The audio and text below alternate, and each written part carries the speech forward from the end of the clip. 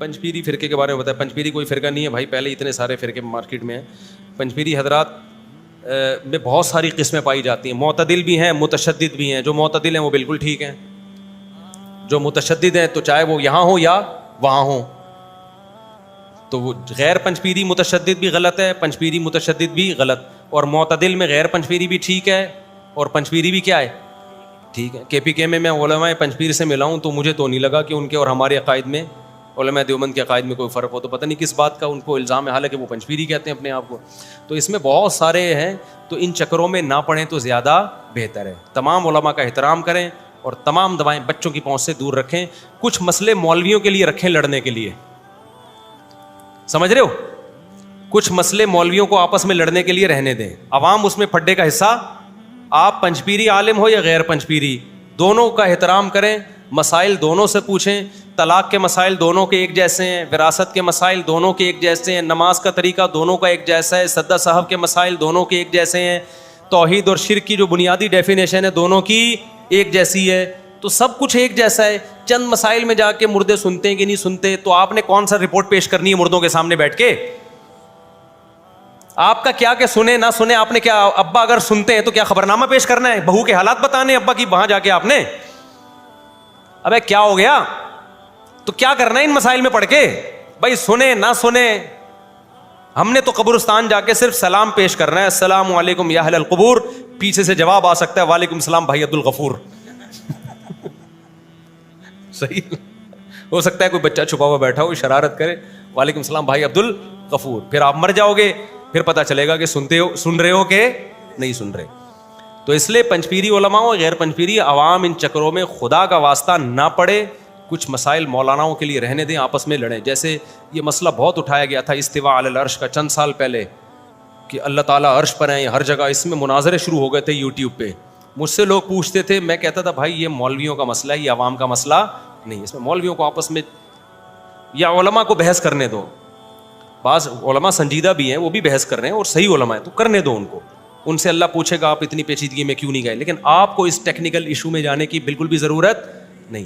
آپ سے سوال نہیں ہوگا آپ اشعری ہیں, ماتوریدیہ ہیں, اشعریہ ہیں, ماتوریدیہ ہیں یا سلفی عقیدہ ہیں. آپ بولو میں کیا ہوں, میں سادہ مسلمان ہوں, تو وہ لوگ آپ کو چھیڑیں گے, بولیں گے اللہ عرش پر ہے یا کہیں کہاں ہے.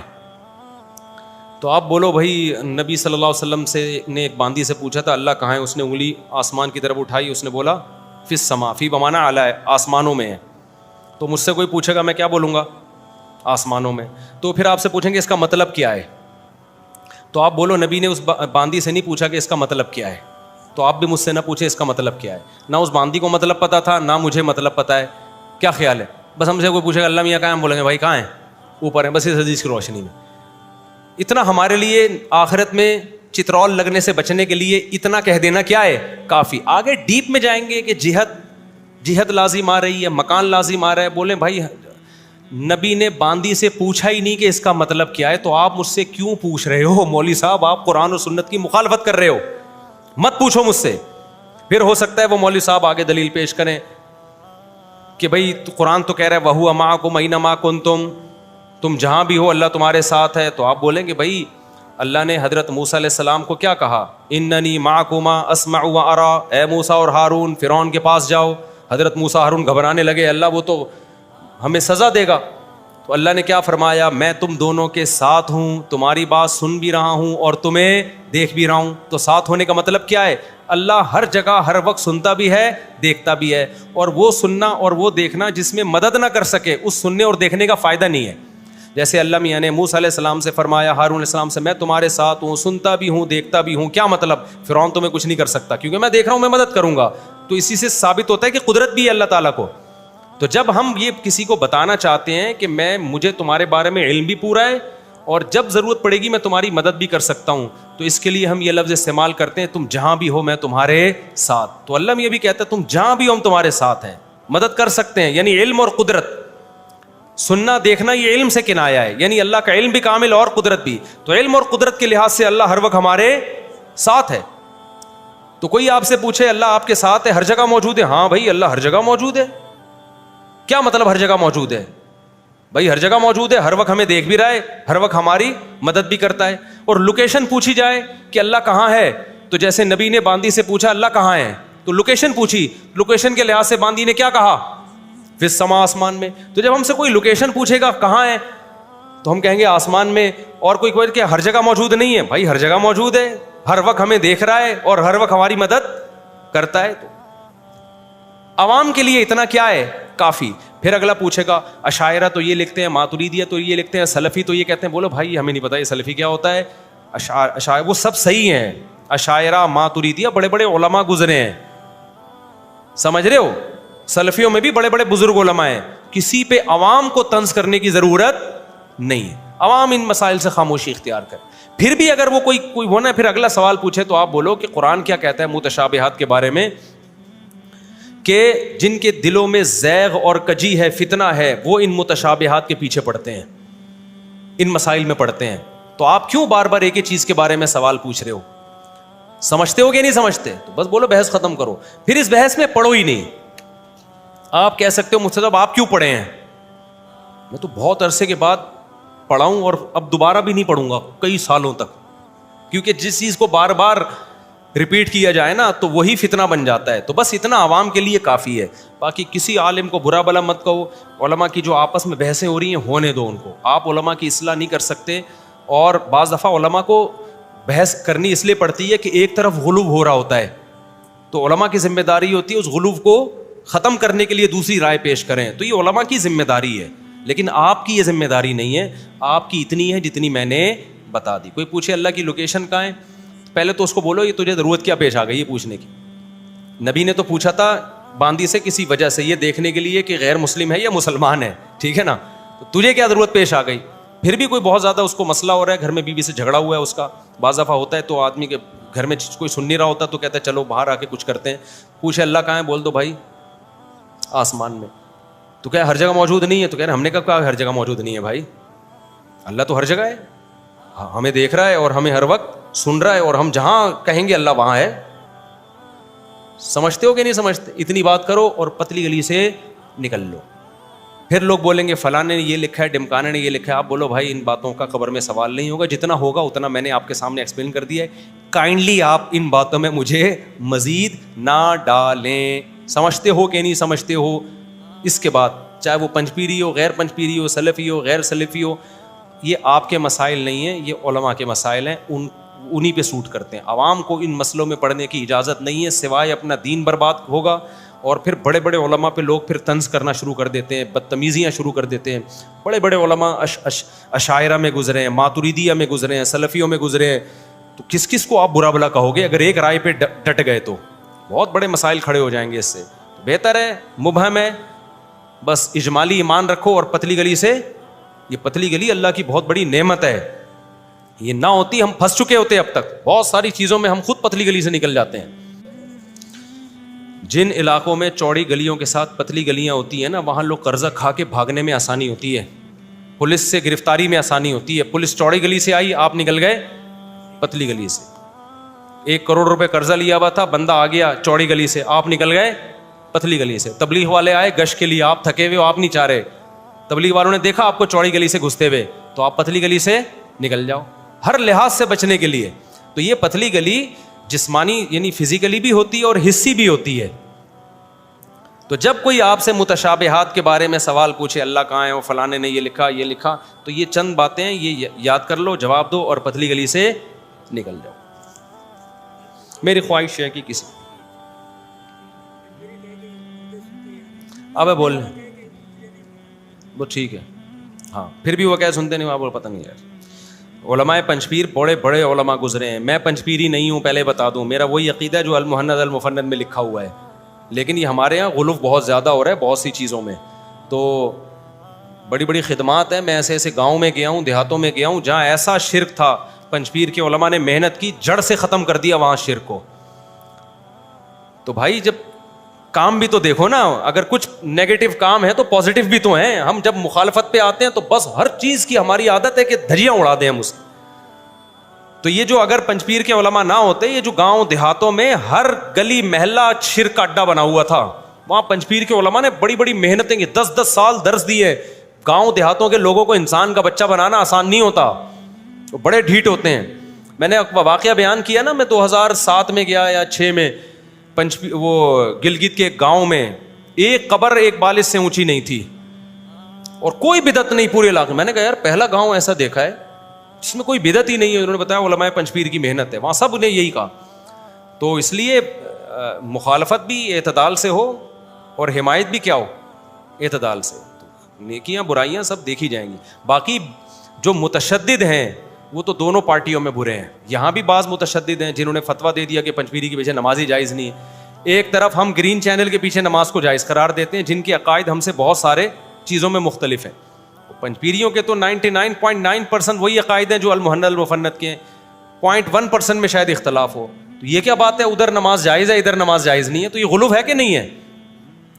اب کیا ہو گیا, تو یہ دونوں طرف غلو ہوتا ہے, وہاں سے بھی غلو ہوتا ہے یہاں سے بھی غلو ہوتا ہے.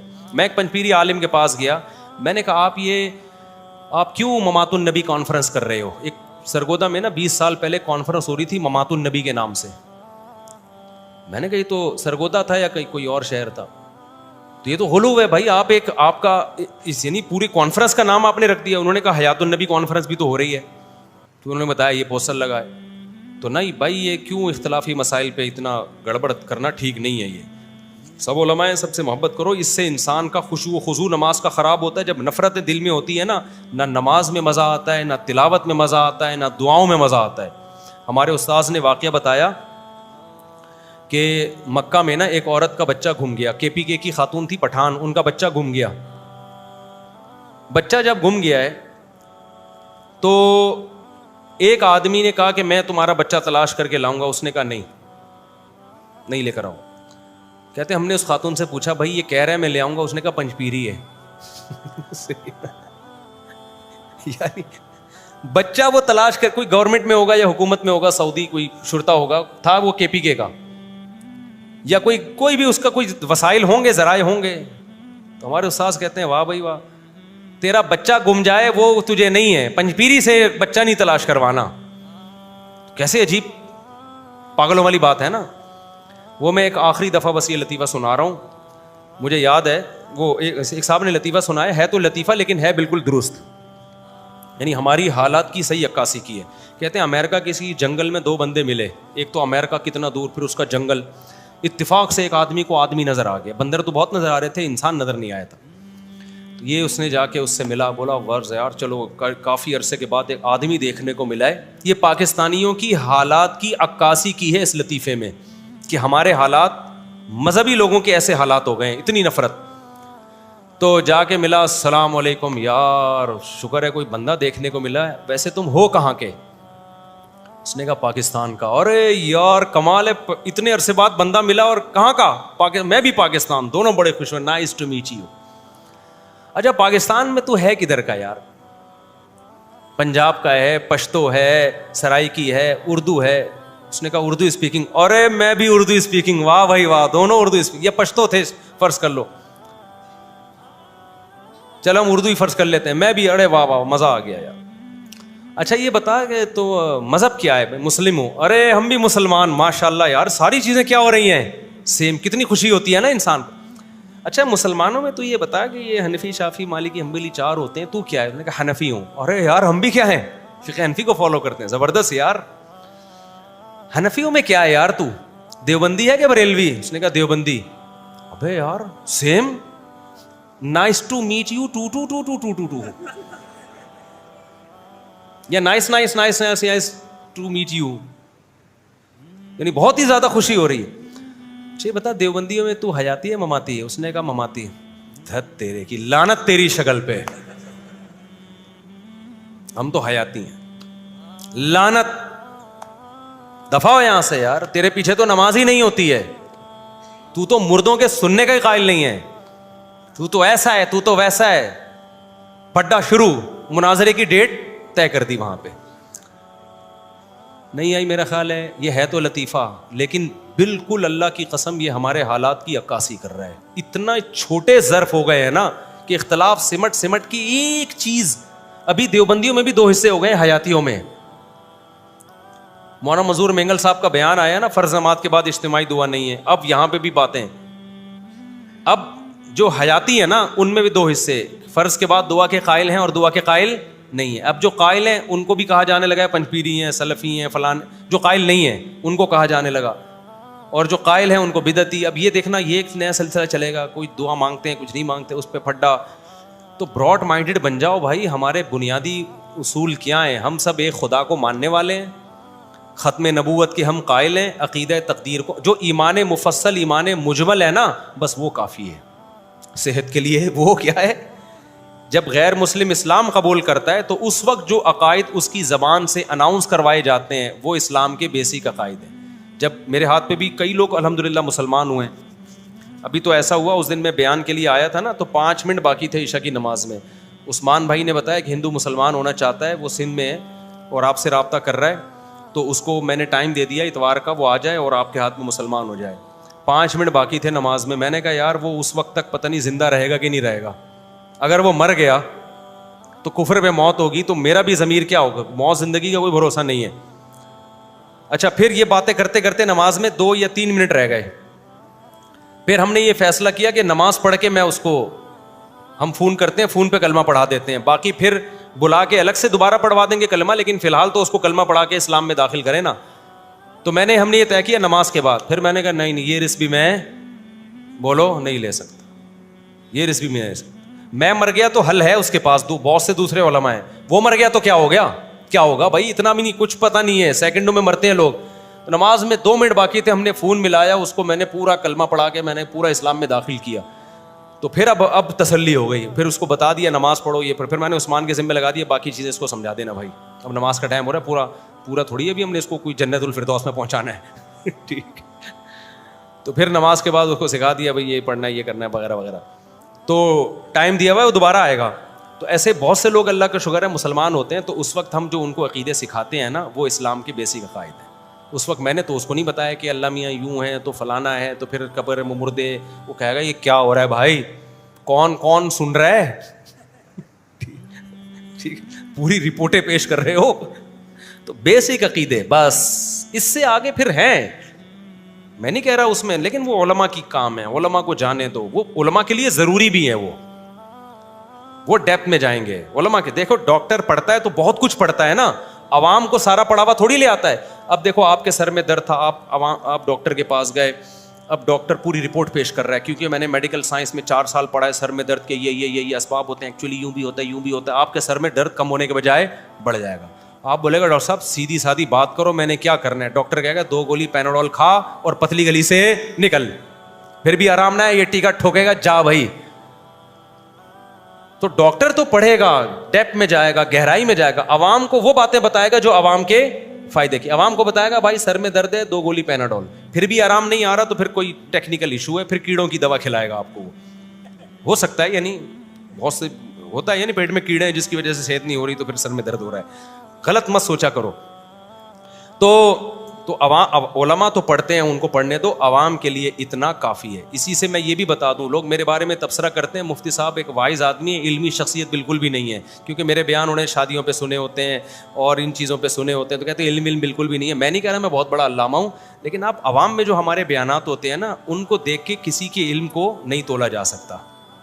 عوام میں جب کتنا ہی بڑا عالم ہو, وہ بات کرے گا تو عوام کے مینٹل لیول کے حساب سے بات کرے گا, اور ان چیزوں کی بات کرے گا جس کی عوام کو ضرورت ہے. باقی جو ہمارا علمی لیول ہے, ہم نہیں کہتے ہم بہت بڑے ہیں, لیکن جو آج کل یوٹیوب پہ اسکالرز آ رہے ہیں نا, ان کے ہم کہہ سکتے ہیں کہ ان کے پاس وہ نالج نہیں ہے جو اللہ نے ٹوٹی پھوٹی ہمیں دی ہے, وہ ہمارے سامنے نہیں بیٹھ سکتے. تو چونکہ وہ علمی باتیں عوام کے سامنے کر رہے ہیں, گمراہ کر رہے ہیں, تو لوگ سمجھتے ہیں علمی باتیں, ہم وہ باتیں نہیں کر رہے, اس لیے کہ ہم سمجھتے ہیں کہ عوام کو اگر ہم ان باتوں میں ڈال دیا تو الجھ جائے گی. ہے عوام سے وہ بات کرو جن کا ان کی پریکٹیکل لائف سے تعلق ہے, وہ باتیں عوام کے سامنے کرو. اس سے لوگ یہ تجزیہ کرتے کہ ان کے پاس نالج نہیں ہے. بھائی ہمارا جب مدرسوں میں لیکچر ہوتا ہے وہ الگ اسٹائل میں ہوتا ہے, عوام میں لیکچر ہوتا ہے وہ الگ. کبھی آپ اصول فقہ آ کے ہم سے پڑھو مدرسوں میں, اصول فقہ پڑھو آپ, تو آپ کو انشاءاللہ پتہ چلے گا. میں یہ نہیں کہہ رہا آپ کہو گے مفتی صاحب بہت پہنچے ہوئے ہیں, آپ یہ کہو گے جتنا ہم بہت پہنچے ہوئے نہیں ہیں تو خالی بھی نہیں ہے جتنا ہم سمجھ رہے تھے. جتنا ہم کھوکھلا سمجھ رہے تھے اتنے کھوکھلے ہیں نہیں. بس یہ ہے, ہم نہیں کہہ رہے کہ بہت پہنچے, ہم سے بڑے بڑے اللہ میں پڑے ہوئے دنیا میں, لیکن یہ جو ہے نا کہ عوام میں جو بیانات ہوتے ہیں وہ عوام کے مینٹل لیول پہ آ کے ہوتے ہیں, عوام کی سطح پہ آ کے ہوتے ہیں, اور وہی باتیں ہوتی ہیں جس کا عوام کو فائدہ ہو. سمجھتا ہے کہ نہیں سمجھتا ہے,